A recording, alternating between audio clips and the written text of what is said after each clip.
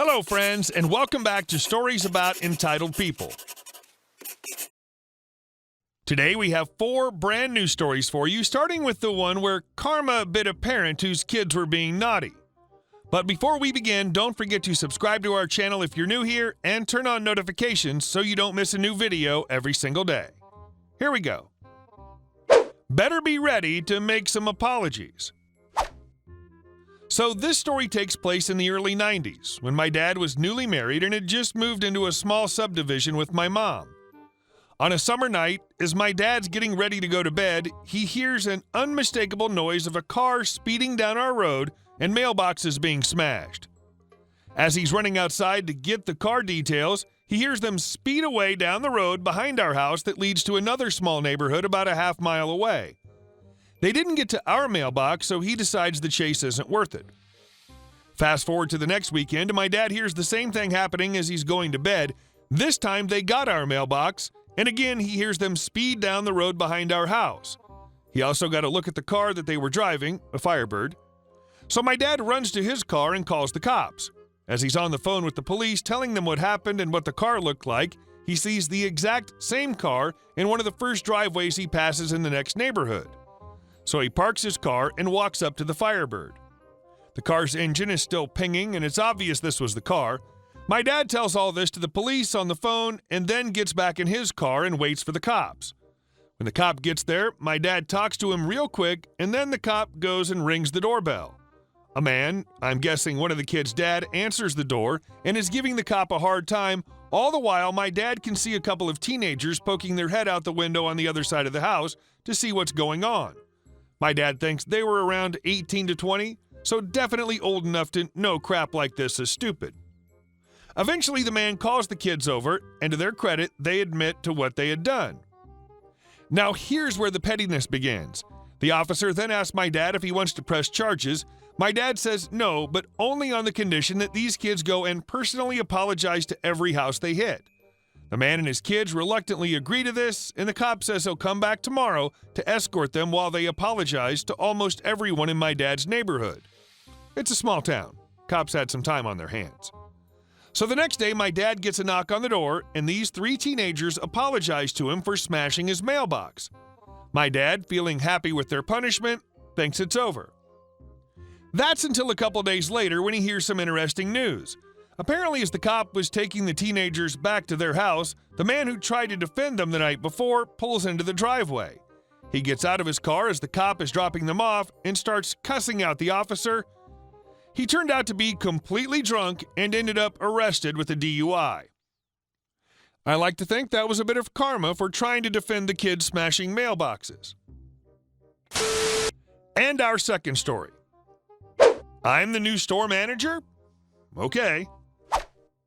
So this happened some years ago. I got in a job working as a stock person loading shelves for a craft store. The hours were unholy, 3 a.m. to 9 a.m. It took quite a bit of getting used to, and because the hours were evil, the pickings for such shifts were understandably slim. So it should be no surprise that the manager was the rotten scrapings at the bottom of a very dilapidated barrel.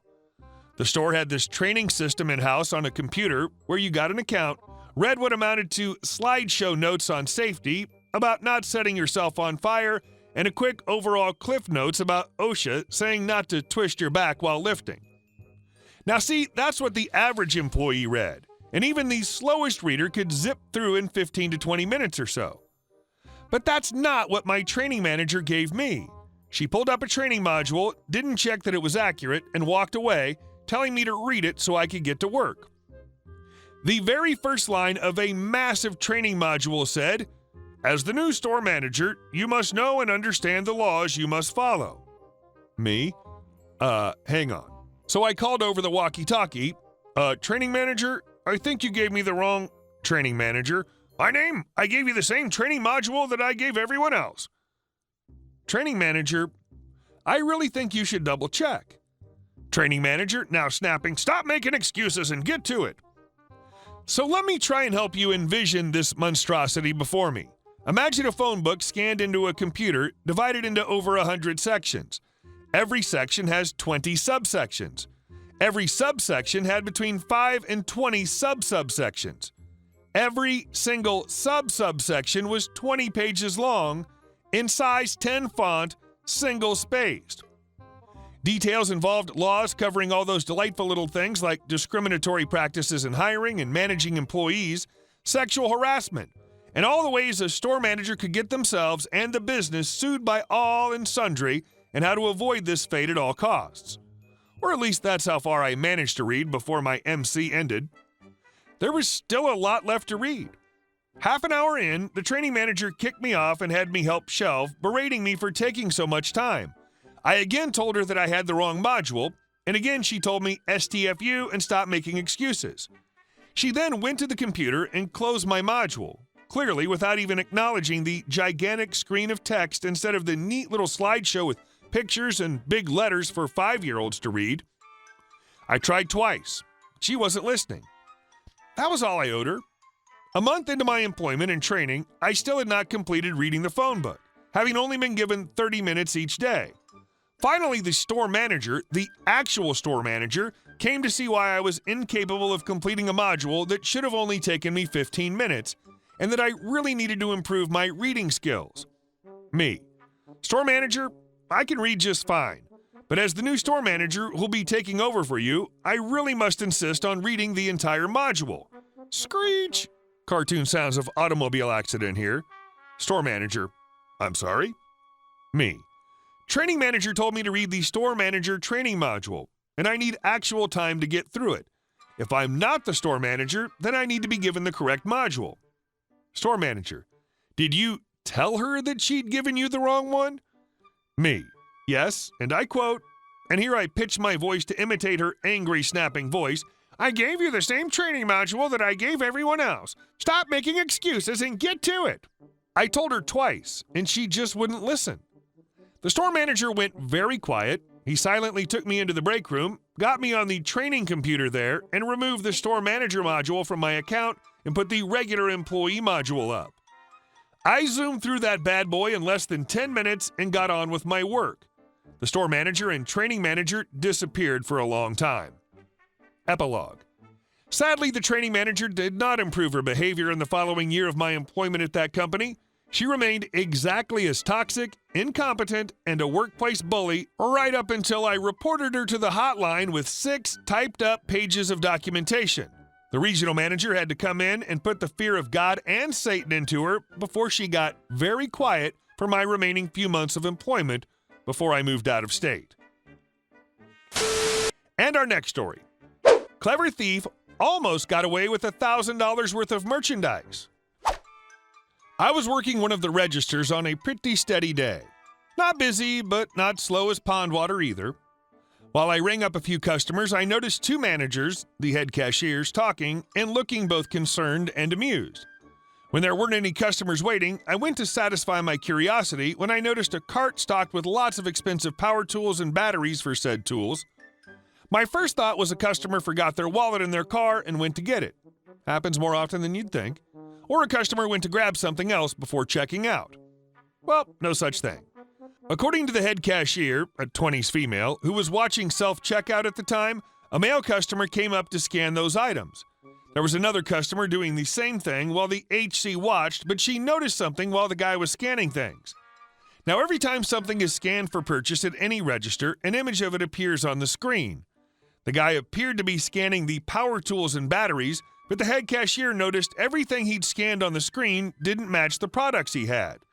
The screen showed several lines of the same small bit of PVC pipe, which was worth $1 and change. And this guy didn't have any PVC pipe in his cart whatsoever. The HC noticed and quickly gathered the courage to properly approach the customer as he was nearly done.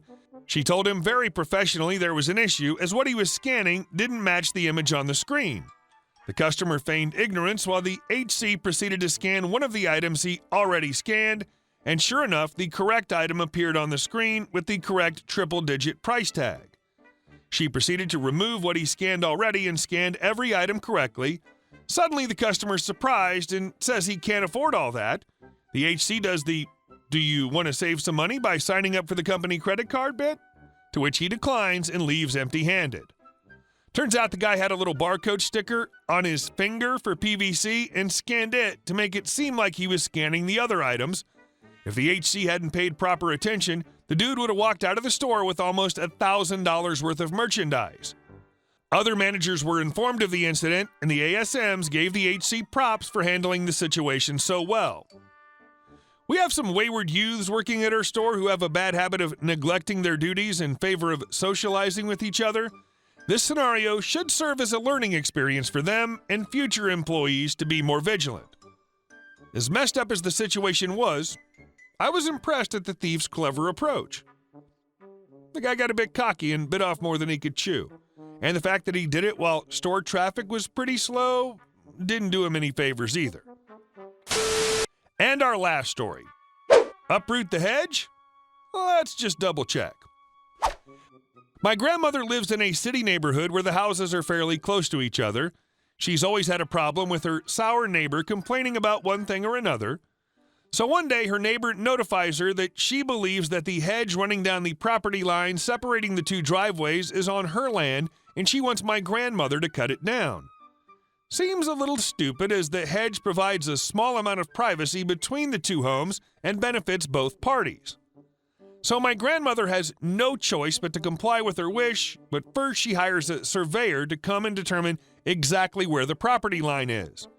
Turns out that the hedge is indeed on my grandmother's property. It also reveals that the neighbor's garage is 2 feet over the property line onto my grandmother's property.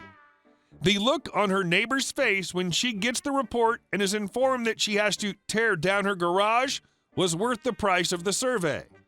They eventually settled, and in the interest of peace, my grandmother allowed her to buy the land on her property for several $1,000s. Glad she was able to enjoy that look of fear/rage for a bit before she did a very reasonable and neighborly thing.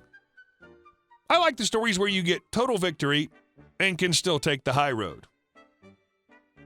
Hey guys, thank you all for watching the video. I'll see you in the next one.